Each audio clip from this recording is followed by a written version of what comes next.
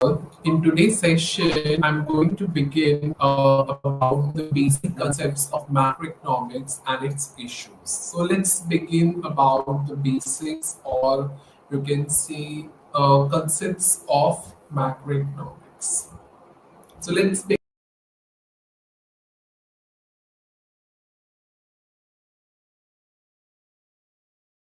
that macroeconomics is it's that branch of economics which deals with total or aggregate level of output, employment, aggregate consumption, aggregate investment, aggregate you can say or outlay, aggregate level of employment or general price level in an economy as a whole.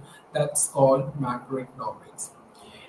In fact, the macroeconomics, you can say it's begin from a Greek word. The prefix word is macro, which is defined as a large, and economics is that branch of you can say economics which deals with the performance, structure, behavior, and any individual or collectively decision making of an economy as a whole.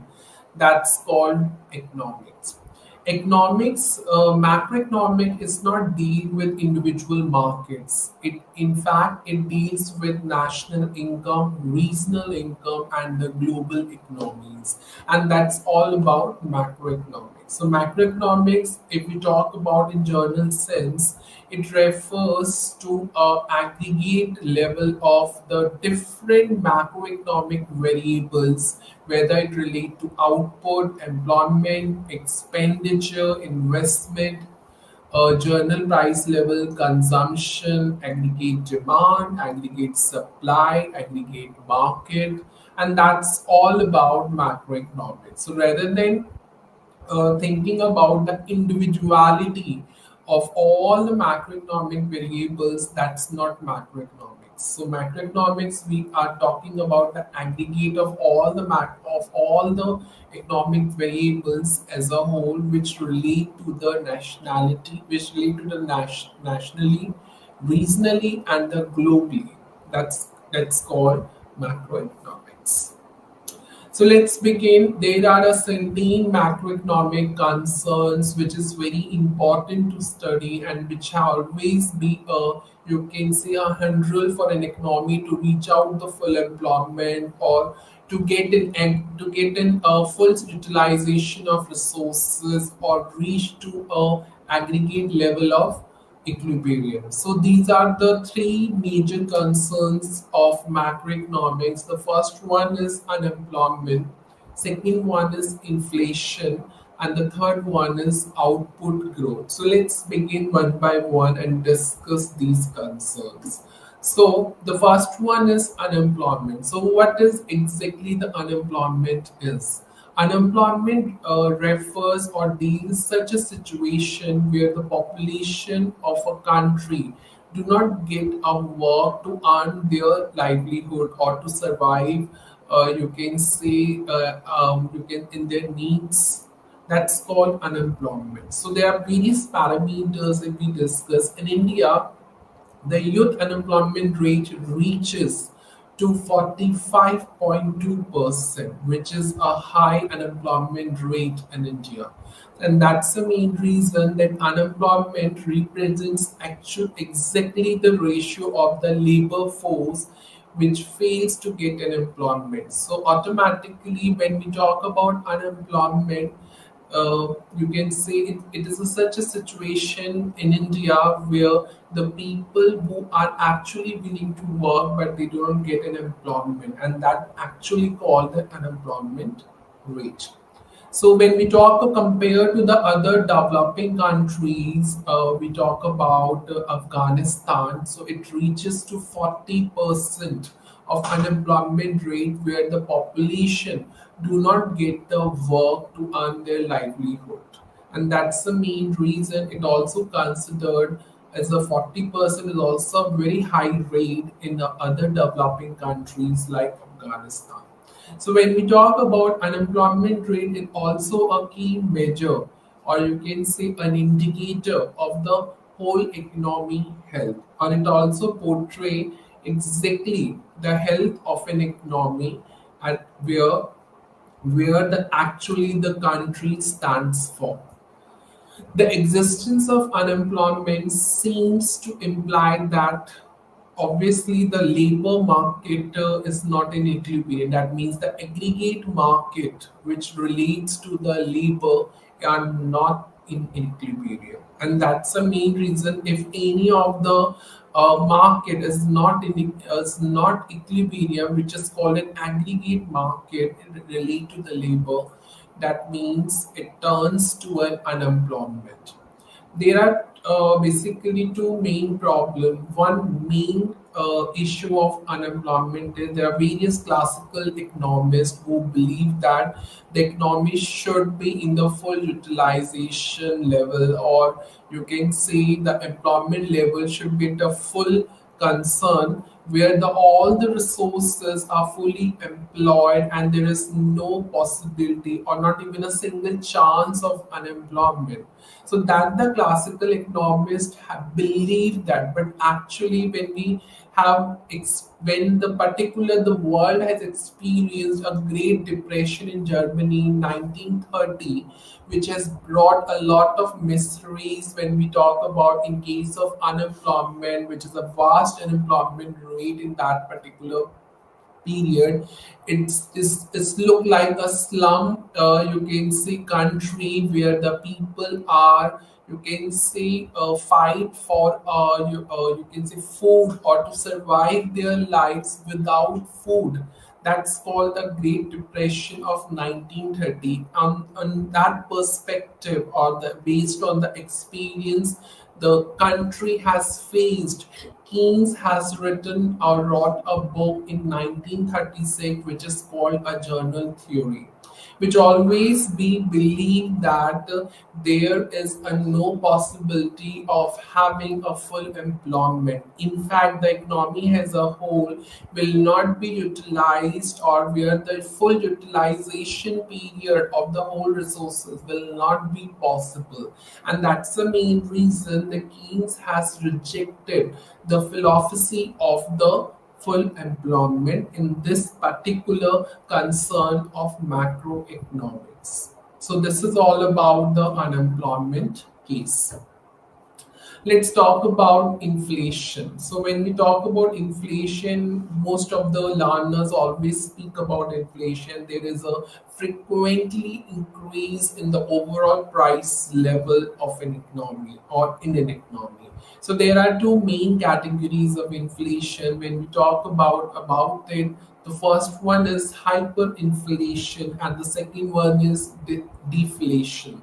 When we talk about hyperinflation, it is a that particular situation where the price level, or you can see the overall price level, is rapidly increasing over a period of time, and that's called the hyperinflation, which states the highest you can say increment a level of an overall price level, and such situation is very rarely phenomenon. It cannot be occurred. It is occurred when in case of a Great Depression, all that in such emergencies cases, then the hyperinflation takes place. When we talk about deflation, deflation is a reverse of a hyperinflation.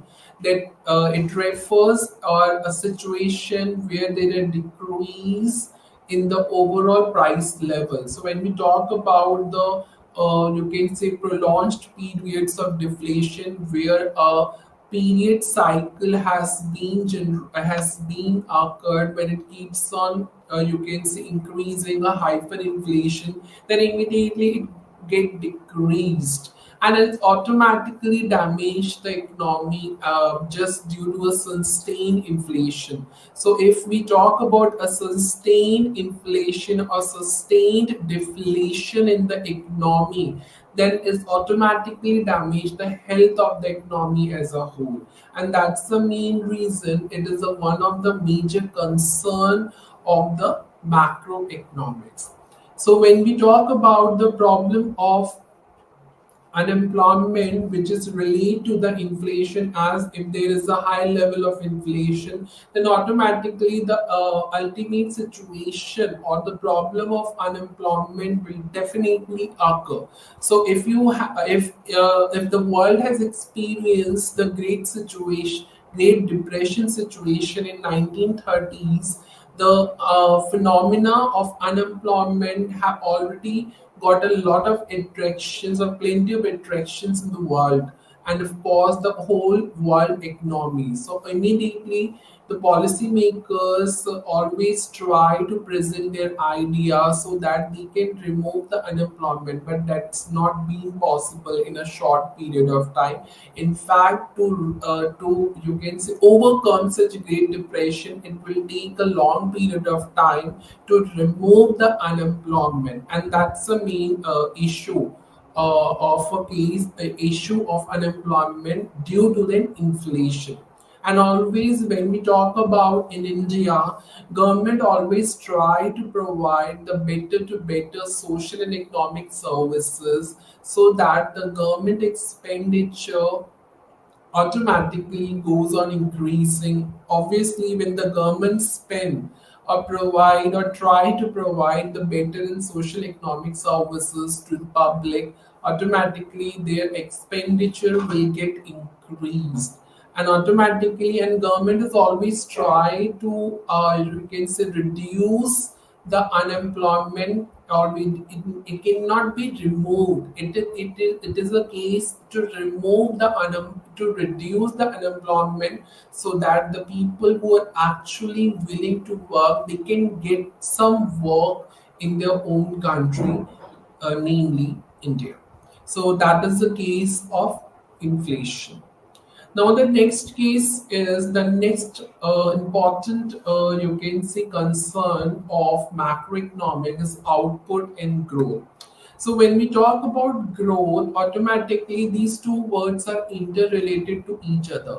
When there is a growth, it means when there is a certain change in the level of economic activity from one year to another year, that's called growth. So, if there is an changes in the growth of an economy, then automatically it will get changed, some changes in their output. So automatically, when we talk about the poor and developing countries, so when there is a growth, automatically there is an increase in their national income and per capita income.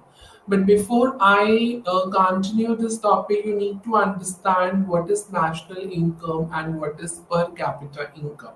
National income refers to an aggregate level of money which is being produced from, you can say, from the services in a year. Services could be tourism, communication services, or you can say any kind of service, insurance services, banking services. So any, it's an aggregate of total money produced from services in a year, that's called national income.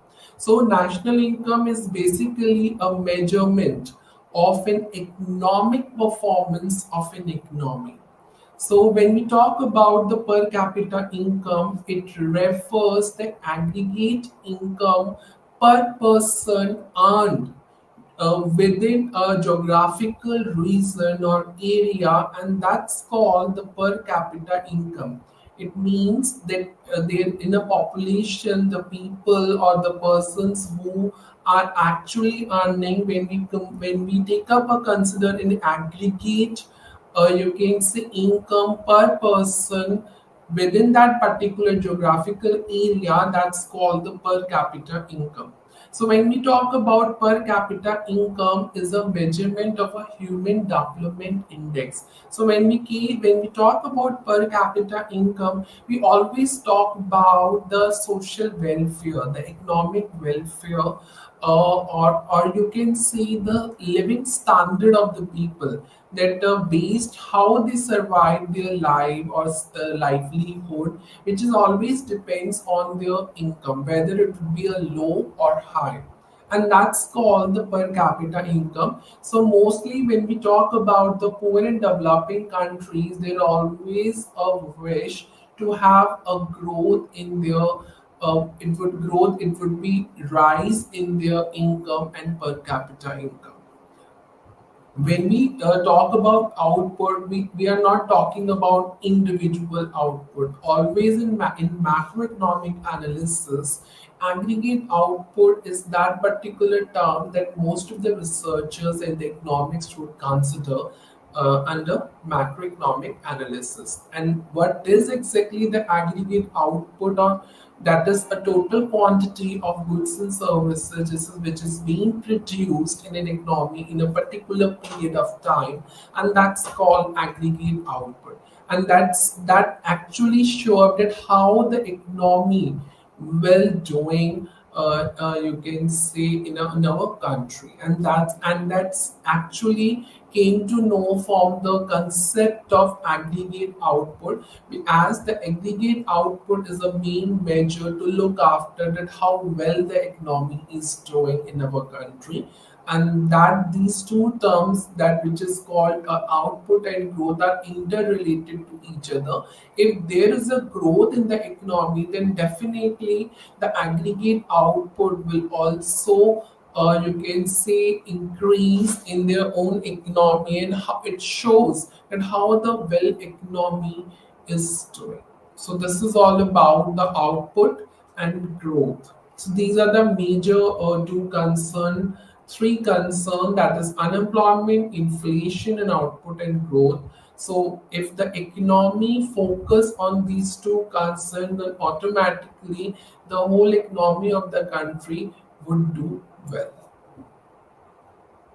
Now we talk about the problem of growth. Automatically, it's a great concern of all those economists who always try, you can say, to increase the level of investment so that they can reach out the desired level of income and employment without faces any of the situations related to inflation and deflation. And such situation, if there is always a rise of investment and it always try to reach out and reached to the desired level of income and employment, that ultimately results to the full utilization of resources. But actually, when we talk about the problem of growth, it couldn't be possible. In fact, the investment level couldn't be raised, due to which the economy could not be able to reach the desired level of income and employment. So that is the main concern of the economists, and that's the main problem of a growth. If there is no increment, there is no rise in any of the variables, whether investment, income, or employment, without facing any situation, then of course it is a problem of growth of an economy. And if such situation will not be faced by the economy, that means the problem of growth wouldn't be exist in an economy, then automatically it will get resulted to a full utilization of resources. It means the economy can utilize all full resources at a desired level to reach out the level of income and employment. When we talk about, in case, so the full employment level would always resolve the problem of growth. And before I say it, you need to understand the what is exactly the full employment is. Full employment refers to a maximization of output and employment when in the presence of existing resources, and ultimately the growth can be reached when there is an increase in output and employment. It means the ultimate solution of a problem of growth is full employment. So when we talk about full employment, where the output and employment will be maximized using the existing resources, while growth is always attached when there is an increase in output and employment. And that's a solution uh, on the problem of growth. So, and ultimately, when we talk about the problem of growth, it's really a great concern of all those economists who are actually working to improve the health of the economy by trying to increase the level of investment, output, income, and employment. So when we talk about these macroeconomic variables, investment, income, employment, they're all interrelated to each other. So when we talk about the rise in investment, automatically it will increase the employment and income of in the economy without facing any situations like inflation or deflation.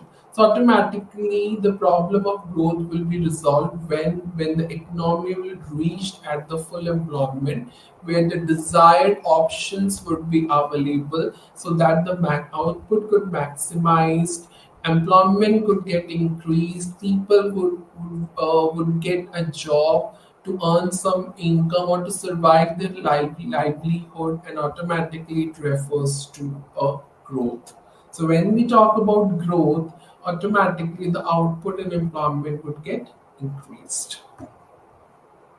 Now, the next concept is nature and scope of macroeconomics. So, automatically, that macroeconomics always deals with aggregates, the averages of all macroeconomic variables. When we talk about the variable, refers to total employment, national income, national output, total investment, total expenditure, total savings. So whatever you save for your whole future, so when you get it total of your savings, that's a variable of macroeconomics. So whatever you consume in a day, in a month, so when you total that consumption, that's called one of the variable of macroeconomics, that is aggregate supply, aggregate demand, journal price level, wage level, cost structure, and that's called you can say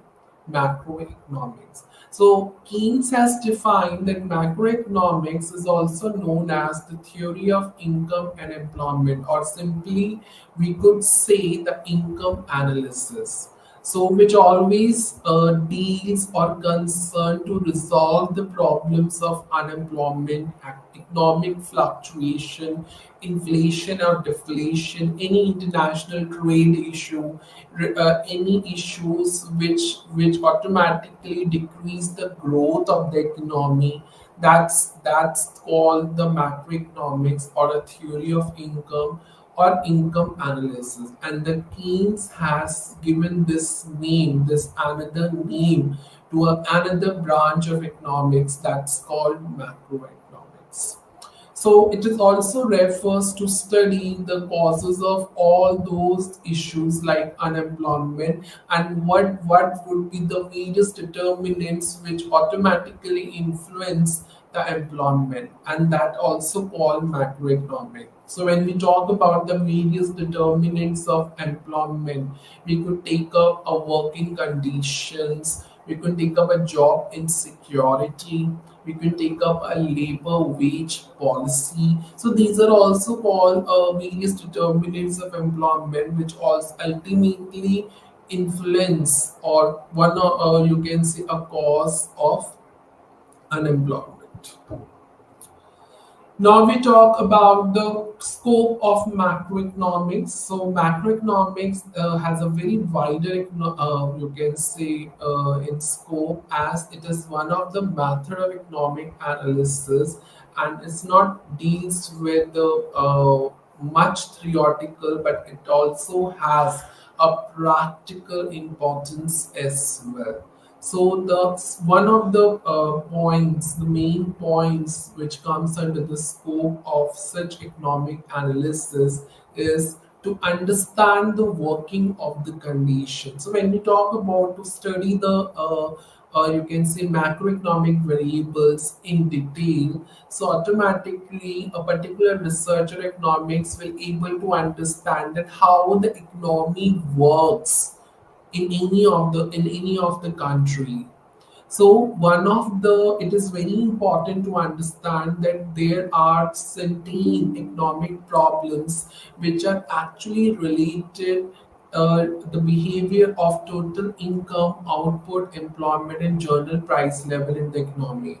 So these particular variables, when we talk about income, output, employment, journal price level, so for the economist or the researcher need to understand that how these variables of macroeconomics works in an economy, and that's one of the first scope of macroeconomics, to understand the exact working of the economy. So before you study these macroeconomic variables, and you need all particular researcher economists also need to study that what would be the economic problems, that what to produce, how to produce, why to produce, to whom to produce, what exactly the issue arises toward physical or a distribution of goods and services to the various channels in the economy. So these are also the economic problems which need to understand, and accordingly it would respond to a behavior of total income, output, employment, and general price level in an economy. These are the scope of macroeconomics according to the Keynes. These are the theories which has been developed by Keynes and many economists. So the first one is theory of national income, theory of employment, theory of money, theory of journal price level, and theory of economic growth. So let's have it. You can say a little overview about these theories which comes under the scope of macroeconomics. So the first one is theory of national income. So when we talk about national income, it is very important to understand that it is an aggregate level of money which is being produced from various services in each year or in a year, that exactly called the national income, which always focus about economic performance of the economy. As it is already mentioned that if you are study any of the variable of macroeconomics where there is a need to examine the overall performance of the economy, then exactly called the national income. So during the Great Depression of 1930, always try the economist and the researcher always try to analyze that what are exactly the causes of journal overproduction and journal unemployment uh, scenario in case of such a situation where the whole world would exactly you can say face a situation as is automatic. If any of the country faces a great depression, is automatically influence the economy of different countries, which automatically leads to the general overproduction and unemployment. And that's a theories has been developed by the various to deal and how to analyze the causes that the study stands for, called a theory of national income. So when we talk about the next concept is theory of economic growth, so automatically it is also the one of the variable to study in macroeconomics, as it always focuses about the resources and the capabilities of the economy are being evaluated, and accordingly the plans and the strategies and policies to be in a plate to overcome and how to increase in national income, output, and employment. And accordingly, it keeps on changes framed accordingly and implement so that the economic development of the economy would get increased as a whole. So that exactly called a little overview of the theory of economic growth, which always the researcher economists always try to evaluate the resources and capabilities of the economy so that there would be an increase in national income, employment, and output. And in fact, there is always a policies, plans, and strategies to be framed, and accordingly, it would implement so that the level of economic development would take place or would exist in a economy or country. And so that's called a theory of economic growth. The next point is to understand the behavior of individual units. So these are the main points where this which comes under the scope of macroeconomics. So first, the next is to understand the behavior of individual units. When we talk about the behavior of individual units, it cannot be studied until it is need to understand for the researcher and economist to study the variables, the macroeconomic variables such as aggregate demand and aggregate supply, and that ultimately you can study the behavior of individual units. So when we talk about individual units, automatically the exact concept of macroeconomics would become imperative. So automatically, the demand for individual products it will automatically depends upon the aggregate demand in the economy. So until the researcher couldn't find any deficiencies or any of the causes which is faced in or under aggregate demand, then it is impossible to study the reasons that what would be the changes and how the behavior of the individual you can say demand of the individual products would become changed. So that is the exact you can say the scope and the scope to study on. So when a particular researcher study the behavior of individual unit, it is very important to study the behavior of aggregate demand, as the aggregate demand depends upon even the individual units, or individual demand depends upon the aggregate demand. So if there is any deficiencies in aggregate demand, then automatically researcher has a responsibility to understand the concept of the individual behavior of individual units in order to understand that the reasons, then what would be the reasons that why there is a fall in the demand of such individual products. So that is also comes under the scope that where a studies has to be needed to understand the behavior of individual units.